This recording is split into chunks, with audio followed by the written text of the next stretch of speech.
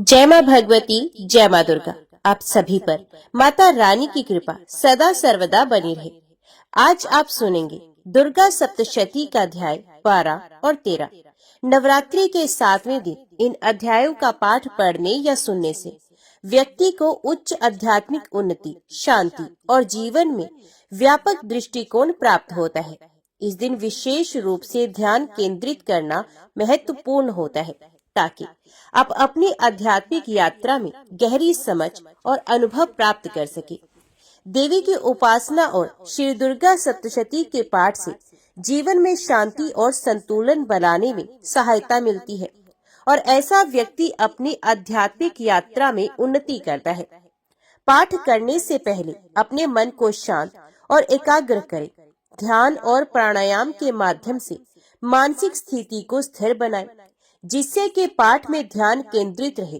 पाठ शुरू करने से पहले एक दृढ़ संकल्प लें कि आप इस पाठ को पूरी श्रद्धा और भक्ति के साथ करेंगे। देवी से प्रार्थना करें कि वे आपके जीवन में आध्यात्मिक उन्नति, शांति और संतुलन प्रदान करें। श्री दुर्गा सप्तशती अध्याय 12। देवी चरित्रों के पाठ का महात्म्य। देवी बोली, हे देवताओं, जो पुरुष इन स्तोत्रों के द्वारा एकाग्रचित होकर मेरी स्तुति करेगा, उसके संपूर्ण कष्टों को निस्संदेह दूर करूंगी।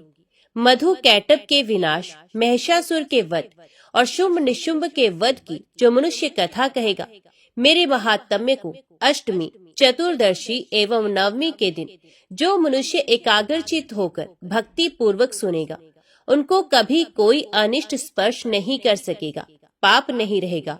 पाप से उत्पन्न हुई विपत्ति उसको हानि नहीं पहुंचा सकेगी। उनके घर में कभी गरीबी नहीं रहेगी और ना कभी उनको अपने प्रियजनों का विछोह होगा। इतना ही नहीं, उन्हें शत्रुओं से, लुटेरों से, राजा से, शस्त्र से, अग्नि तथा जल से कभी भय नहीं रहेगा। इसलिए प्रत्येक मनुष्य को भक्ति पूर्वक मेरे इस कल्याण कारक महात्म्य को सदैव पढ़ना और सुनना चाहिए। ये परम कल्याण कारक है। मेरा ये महात्म्य महामारी से उत्पन्न हुए संपूर्ण उपद्रवों को एवं आध्यात्मिक आदि तीनों प्रकार के उत्पातों को शांत कर देगा। जिस घर, मंदिर या जिस स्थान पर मेरा ये स्तोत्र विधि पूर्वक पढ़ा जाता है, उस स्थान का मैं कभी त्याग नहीं करती और वहाँ सदा मेरा निवास रहता है। बलिदान, पूजा, होम तथा महोत्सवों में मेरा ये चरित्र उच्चारण करना तथा सुनना चाहिए। बलिदान, पूजा, हवन मनुष्य चाहे जानकर या अनजाने में करे, मैं उसे तुरंत ग्रहण करती हूँ। शरदकाल में प्रत्येक वर्ष जो महापूजा की जाती है, उसमें जो मनुष्य भक्ति पूर्वक मेरा ये महात्म्य सुनता है, वे सब विपत्तियों से छूट जाता है और धन धान्य तथा पुत्रादि से संपन्न हो जाता है। इसमें तनिक भी संदेह नहीं। मेरे इस महात्म्य व प्रादुर्भाव की सुंदर कथाओं इत्यादि तथा युद्ध में किए गए मेरे पराक्रम को सुनकर मनुष्य निडर हो जाता है, शत्रु नष्ट हो जाती है तथा उसका कल्याण होता है। उसका वंश कल्याण के मार्ग पर चलता है जो मेरे महात्म्य को सुनता है। बुरे स्वप्न दिखाई देने पर, ग्रह जनित भयंकर पीड़ा उपस्थित होने पर मेरा महात्म्य श्रवण करने से छुटकारा मिल जाता है। सब कष्ट शांत हो जाती हैं तथा स्वप्न दिखाई देने बंद हो जाते हैं और दुख इत्यादि सब मिट जाते हैं। बाल ग्रहों में ग्रसित बालकों के लिए ये मेरा महात्म्य परम शांति को देने वाला है। मनुष्यों में फूट पड़ने पर ये भली भांति मित्रता करवाने वाला है। ये महात्म्य समस्त दुराचारियों के बल का नाश करने वाला है। इसके पाठ मात्र से राक्षसों, भूतों और पिशाचों का नाश हो जाता है। पशु, पुष्प, अर्घ्य, धूप, गंध, दीपक इत्यादि सामग्रियों द्वारा पूजन करने पर मेरा ये महात्म्य मनुष्यों को मेरी जैसी सामर्थ्य की प्राप्ति कराने वाला है। ब्राह्मणों को भोजन कराकर, हवन करके, प्रतिदिन अभिषेक करके, नाना प्रकार के भोगों को अर्पण करके और प्रति वर्ष दान इत्यादि करके जो मेरी आराधना करते हैं, उससे मैं जैसी प्रसन्न होती हूँ, वैसे ही प्रसन्न मैं इस चरित्र के सुनने वालों से भी होती हूँ। ये महात्म्य श्रवण करने पर पापों को हर लेता है तथा आरोग्य प्रदान करता है। मेरा प्रादुर्भाव का कीर्तन दुष्ट प्राणियों से रक्षा करने वाला है, युद्ध में दुष्ट दैत्यों का संहार करने वाला है। इसके सुनने से मनुष्यों को शत्रुओं का भय नहीं रहता। हे देवताओं, तुमने और ब्रह्म ऋषियों और ब्रह्मा जी ने जो स्तुति की है वे मनुष्यों को कल्याणमयी बुद्धि प्रदान करने वाली है। वन में सूने मार्ग में या दावा नल से घिर जाने पर, जंगल में सिंहों से, व्याघ्र से या जंगली हाथियों द्वारा पीछा किए जाने पर, राजा के क्रोध करने पर, मारे जाने के भय से या समुद्र में तूफान आने से, नाव के डगमगाने पर, भयंकर युद्ध में फंसा होने पर, किसी भी प्रकार की पीड़ा से पीड़ित, घोर बाधाओं से दुखी हुआ मनुष्य मेरे इस चरित्र को स्मरण करने वाला मनुष्य घुटकर पा जाता है। शेर आदि हिंसक पशु, डाकू तथा शत्रु मेरे चरित्र को स्मरण करने वाले मनुष्य से दूर भाग जाते हैं। महर्षि बोले, प्रचंड पराक्रम वाली भगवती चंडिका इस प्रकार कहने के पश्चात अंतर्ध्यान हो गई। संपूर्ण देवता पहले की तरह अपने अपने यज्ञ के भागों को प्राप्त करने लगे। अब मैं, हे राजा, दैत्यों का हाल सुनाता हूँ। शुंभ युद्ध में मारा गया तथा उसका पराक्रमी भाई निशुंभ के मारे जाने पर शेष दैत्य पाताल लोक भाग गए। हे राजन, इस प्रकार भगवती अंबिका नित्य होती हुई भी बार बार प्रकट होकर इस जगत का पालन करती हैं। वे ही इसको मोहित करती हैं, जन्म देती हैं और प्रार्थना करने पर समृद्धि प्रदान करती हैं। हे राजन, भगवती ही महाप्रलय के समय महामारी का रूप धारण करती हैं और वही संपूर्ण ब्रह्मांड में व्याप्त है। वे सनातन देवी प्राणियों का पालन करती हैं। वे ही मनुष्यों के अभ्युदय के समय घर में लक्ष्मी का रूप बनाकर स्थिर हो जाती हैं तथा अभाव के समय दरिद्रता बनकर विनाश का कारण बन जाती हैं। पुष्प, धूप और गंध आदि से पूजन करके उनकी स्तुति करने से वे धन और पुत्र प्रदान करती हैं और धार्मिक बुद्धि तथा उत्तम गति प्रदान करती हैं। जय मां भगवती, जय मां दुर्गा। श्री दुर्गा सप्तशती 13वां अध्याय। राजा सुर्थ और वैश्य को देवी का वरदान। मेधा ऋषि बोले, हे राजा, इस प्रकार मैंने तुमसे देवी के उत्तम महात्म्य का वर्णन किया है। वे ही विद्या प्रदान करती हैं। भगवान विष्णु की माया स्वरूपा उन भगवती की कृपा से ही तुम ये वैश्य अथवा अन्य विवेकी जन मोहित होते हैं और मोहित होते रहेंगे। महाराज, आप दोनों उन्हीं की शरण में जाओ। वही भगवती आराधना करने पर मनुष्य को भोग, स्वर्ग तथा मोक्ष प्रदान करती हैं। मार्कंडे जी ने कहा, महर्षि मेधा की ये बात सुनकर राजा सुर्थ महर्षि को प्रणाम करके खड़ा हुआ और राज्य के क्षीण जाने से उनके मन में बड़ी ग्लानि हुई।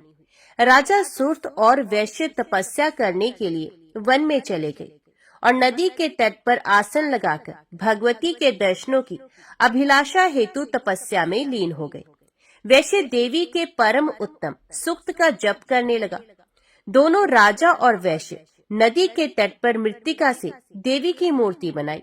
पुष्प, धूप, दीप तथा हवन द्वारा देवी का पूजन करने लगे। पहले उन्होंने आहार को कम किया।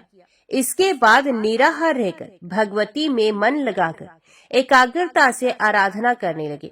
वे दोनों अपने शरीर के रक्त से देवी को बलि देते हुए 3 वर्ष तक लगातार भगवती की आराधना करते रहे। 3 वर्ष के बाद देवी ने उनको प्रत्यक्ष दर्शन दिए। देवी बोली, हे राजन, अपने वंश को संप्रसन्न करने वाले वैश्य, तुम जिस वर की इच्छा रखते हो वे मुझसे मांग लो, मैं तुम्हारी इच्छा पूरी करूंगी। मैं तुम दोनों पर अत्यंत प्रसन्न हूँ। मार्कंडे जी बोले, ये सुनकर राजा ने अगले जन्म में नष्ट ना होने वाला अखंड राज्य और इस जन्म में बलपूर्वक अपने शत्रुओं को नष्ट करने के पश्चात अपना राज्य प्राप्त करने के लिए देवी से वरदान मांगा। वैश्य ने भी, जिसका चित्त संसार की ओर से विरक्त हो चुका था, भगवती देवी से अपनी ममता तथा अहंकार रूप आसक्ति को नष्ट कर देने वाले ज्ञान को देने के लिए वरदान मांगा। भगवती देवी ने कहा, हे राजन, तुम शीघ्र ही अपने शत्रुओं को मारकर पुनः अपना राज्य प्राप्त करोगे तथा तुम्हारा राज्य स्थिर रहने वाला होगा। इसके बाद मृत्यु के पश्चात आप सूर्यदेव के अंश से जन्म लोगे। तुम्हारा नाम सावर्णिक मुनि होगा तथा इस पृथ्वी पर मनु के नाम से ख्याति प्राप्त करोगे। हे वैश्य कुल में श्रेष्ठ, आपने जो मुझसे वर मांगा है वे मैं आपको देती हूँ। आपको मोक्ष देने वाले ज्ञान की प्राप्ति होगी। मार्कंडेय जी बोले, इस प्रकार देवी उन दोनों को मनोवांछित वर प्रदान कर अंतर्ध्यान हो गई। इस प्रकार देवी से वरदान प्राप्त कर राजा सूर्यदेव के अंश से जन्म लेकर इस पृथ्वी पर सावर्णिक मनु के नाम से उत्पन्न होंगे। जय मां भगवती, जय मां दुर्गा। अभी सुनिए श्रीमद् देवी भागवत के महात्म्य के प्रसंग में सिमेंतिक मणि की कथा। ऋषि गण बोले, महाभाग वसुदेव जी ने अपने पुत्र को किस प्रकार प्राप्त किया और वन में भ्रमण करते हुए श्री कृष्ण ने परसेन को कैसे खोजा। हे सुमते, हे सूत जी, किस विधि से और किस से वसुदेव जी ने श्रीमद् देवी भागवत पुराण का श्रवण किया, आप हम लोगों को ये कथा बताएं। सूत जी बोले, भोज वंशी सत्राजित द्वारकापुरी में आनंद पूर्वक निवास करता हुआ सूर्य की आराधना में तत्पर रहता था। वे सूर्य का परम भक्त एवं उनका मित्र था। कुछ समय के पश्चात सूर्य देव उसके ऊपर प्रसन्न हो गए और उन्होंने उसे अपने लोक का दर्शन कराया। उसकी भक्ति तथा प्रेम से अत्यंत प्रसन्न हुए भगवान सूर्य ने सत्राजित को सिमेंतिक मणि दे दी और वह उस मणि को अपने गले में धारण किए हुए द्वारका आ गया। उसे देखकर मणि के तेज से भ्रमित नागरिकों ने सत्राजित को सूर्य समझकर सुधर्मा नामक अपनी सभा में विराजमान श्री कृष्ण के पास पहुंचकर उनसे कहा, हे जगतपति, आपके दर्शन की अभिलाषा से भगवान सूर्य स्वयं आपके पास आ रहे हैं। ये बात सुनकर सभा में श्री कृष्ण हंसकर बोले, हे बाल स्वभाव नागरिकों, ये सूर्य भगवान नहीं है बल्कि सत्राजित हैं, जो स्वयं सूर्य द्वारा प्रदत्त स्वेंतिक मणि से दीप्तिमान होता हुआ यहाँ आ रहा है। उसके पश्चात ब्राह्मणों को बुलाकर सत्राजित ने स्वचित वाचन कराया और भली भांति पूजन करके उस मणि को अपने घर में स्थापित किया। वह मणि जहाँ रहती थी वहाँ किसी प्रकार की महामारी, दुर्भिक्ष तथा उपसर्ग का भय उत्पन्न नहीं होता था। और उस मणि की एक विशेषता ये भी थी कि वह नित्य 8 भार स्वर्ण दिया करती थी। तदंतर एक दिन सत्राजित के भाई परसेन ने उस मणि को गले में धारण कर सिंधु देशीय घोड़े पर सवार होकर आखेट के लिए वन की ओर प्रस्थान किया। वहां वन में किसी सिंह ने उसे देखा और घोड़े सहित परसेन को मारकर सिंह ने वह मणि स्वयं ले ली। इसके पश्चात महाबली ऋषवराज जामवान ने मणि धारण करने वाले उस सिंह को अपनी गुफा के द्वार पर देखकर और उसे मारकर मणि स्वयं ले ली। पराक्रमी ऋषराज ने वह मणि खेलने के लिए अपने पुत्र को दे दी और वह बालक भी उस प्रदीप्त मणि को पाकर उसके साथ खेलने लगा। कुछ काल बीतने पर भी परसेन के वापस ना लौटने पर सत्राजित अत्यंत दुखी हुआ और सोचने लगा कि मणि लेने की इच्छा से ना जाने किसने परसेन को मार डाला। इसी बीच द्वारकापुर में नागरिकों की पारस्परिक बातचीत से किसी प्रकार ये किंवदंती फैल गई कि मणि के लोभ के वशीभूत श्री कृष्ण ने ही परसेन का वध किया है। श्री कृष्ण ने भी जब अपने विषय में अपयश की ये बात सुनी तो उन्होंने अपने ऊपर लगे हुए कलंक के परिमार जनक हेतु परसेन के अन्वेषणार्थ नागरिकों के साथ प्रस्थान किया।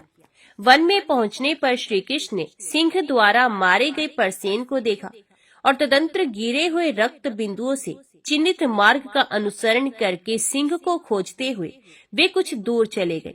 इसके पश्चात एक गुफा के द्वार पर मरे हुए सिंह को देखकर भगवान श्री कृष्ण करुणा युक्त वाणी में नागरिकों से बोले, मणि का हरण करने वाले को खोजने के लिए मैं इस गुफा के भीतर प्रवेश कर रहा हूँ।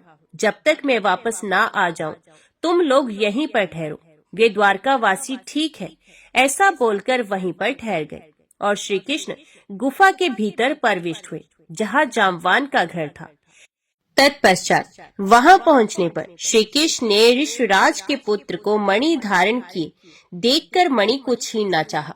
इस पर उसकी धात्री भयभीत होकर चिल्लाने लगी। तब धात्री की आवाज सुनकर जामवान तुरंत वहां आ गया और वह अपने पूर्व स्वामी श्री कृष्ण के साथ दिन रात निरंतर युद्ध करने लगा। इस प्रकार उन दोनों के बीच 27 दिनों तक भयंकर युद्ध हुआ।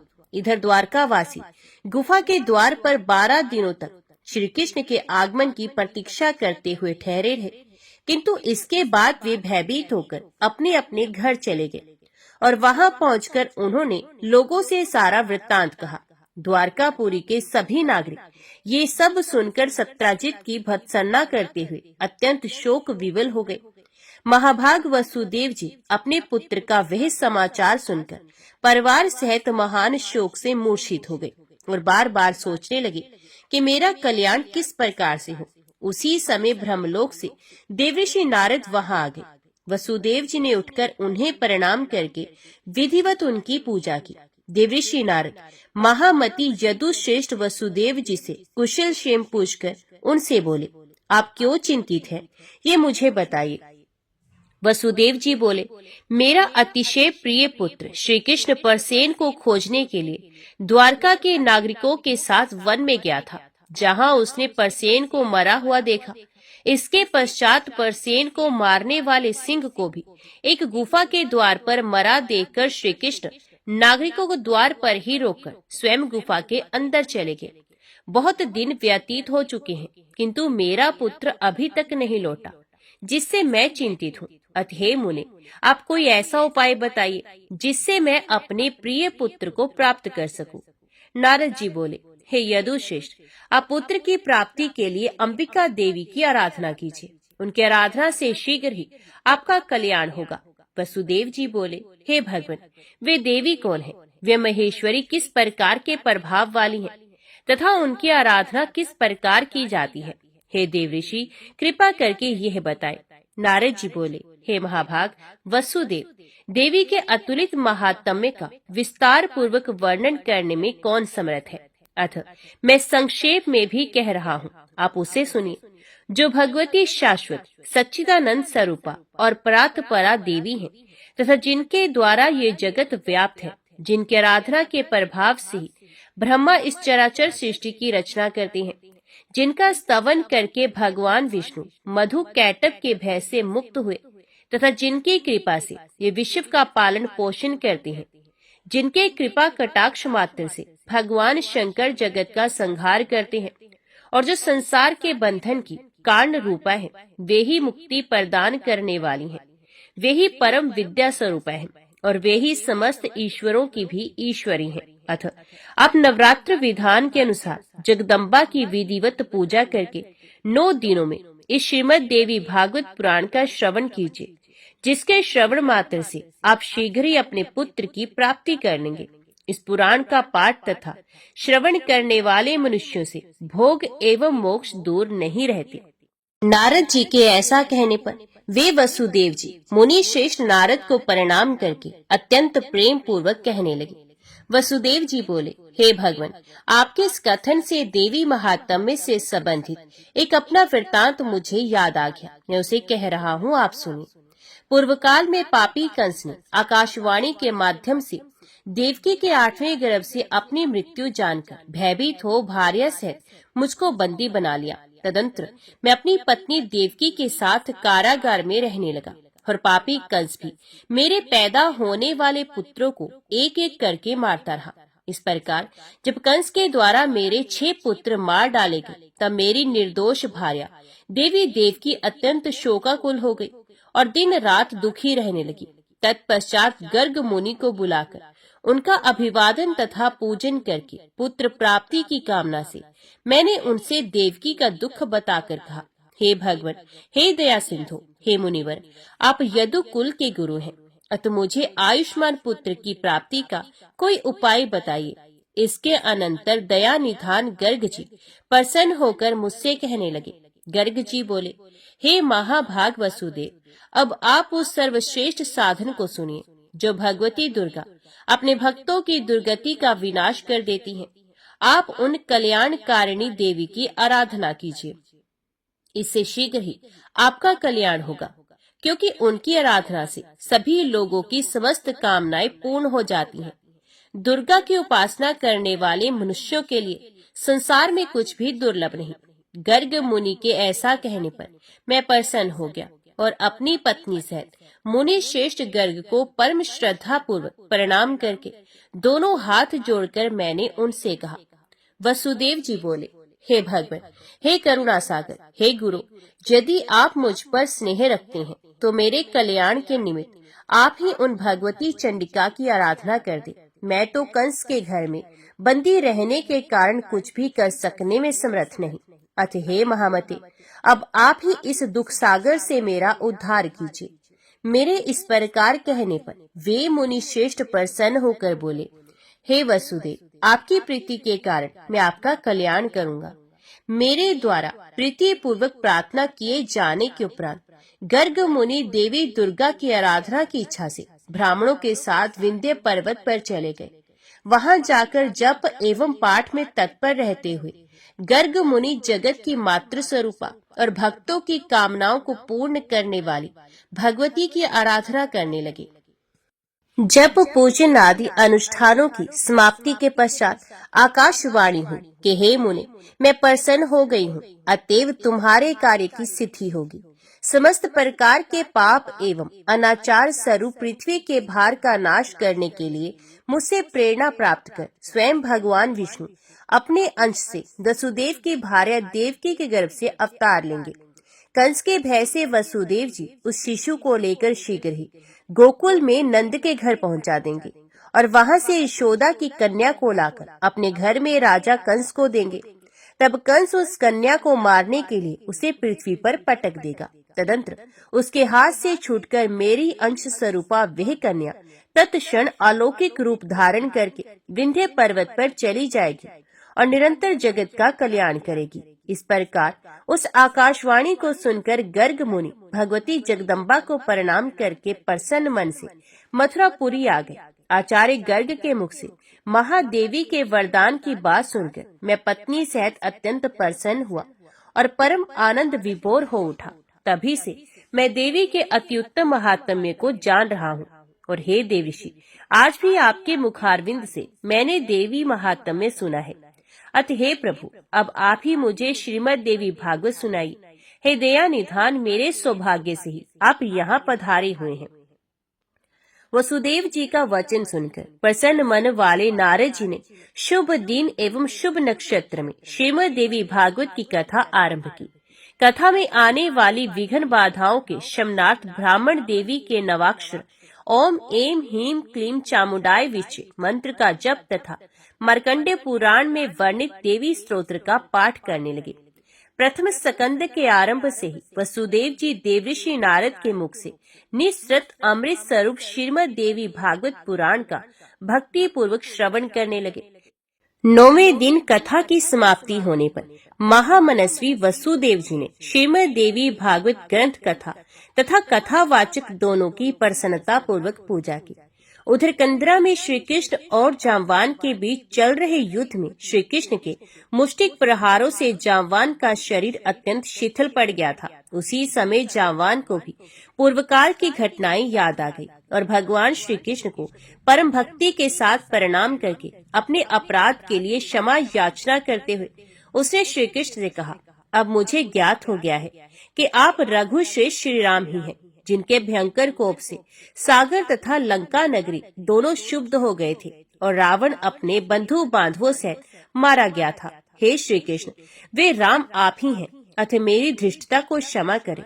मैं आपका सर्वथा सेवक हूँ, अतएव मेरे योग्य जो भी कार्य हो उसके लिए मुझे आदेश दीजिए। जाम्बान का वचन सुनकर जगतपति श्री कृष्ण बोले, हे ऋषराज, मणि प्राप्त करने के लिए हम लोग इस कंदरा में आए हुए हैं। तत्पश्चात ऋषराज जाम्बान ने श्री कृष्ण की विधिवत पूजा करके सैमंतिक मणि तथा अपनी पुत्री जामवती उन्हें प्रसन्नता पूर्वक अर्पित कर दी। श्री कृष्ण ने जामवती को पत्नी के रूप में अंगीकार करके मणि को गले में धारण किया और ऋषराज जाम्बान से विदा लेकर वे द्वारकापुरी के लिए प्रस्थित हुए। उधर द्वारका में उदार हृदय श्री वसुदेव जी ने श्रीमद देवी भागवत पुराण कथा की समाप्ति के दिन ब्राह्मणों को भोजन कराया तथा नाना विध दक्षिणाओं से उन्हें संतुष्ट किया। जिस समय वे ब्राह्मण वसुदेव को आशीर्वाद प्रदान कर रहे थे, उसी समय भगवान श्री कृष्ण मणि धारण किए हुए पत्नी जामवती के साथ वहां आ पहुंचे। भार्या सहित भगवान श्री कृष्ण को देखकर वसुदेव जी तथा उपस्थित जन समूह की आंखें हर्षातिरेक के अश्रु से परिपूर्ण हो गई और वे परम आनंदित हुए। देवर्षि नारद भी श्री कृष्ण के आगमन से हर्षित हुए और उन्होंने वसुदेव जी तथा श्री कृष्ण से विदा लेकर ब्रह्म सभा के लिए प्रस्थान किया। जो मनुष्य निष्कपट भक्ति एवं शुद्ध हृदय से भगवान के इस विख्यात तथा कलंक नाशक चित्र का पाठ एवं श्रवण करता है, वे पूर्ण सुखी हो जाता है। जगत में उसकी सभी कामनाएं पूर्ण हो जाती हैं तथा मृत्यु के अनंतर वे मोक्ष पद प्राप्त करता है। जय माँ भगवती, जय माँ दुर्गा। आज की वीडियो में इतना ही। उम्मीद करती हूँ वीडियो आपको पसंद आई होगी। वीडियो पसंद आई हो तो वीडियो को लाइक और चैनल को सब्सक्राइब जरूर कीजिएगा। जय माता दी लिखकर कमेंट बॉक्स में अपनी हाजिरी और अपने सुझाव देना ना भूलेगा। तो मिलते हैं अगली कथा अगली वीडियो के साथ। तब तक के लिए देखते व सुनते रहिए। जय माँ कंजर, जय माता दी।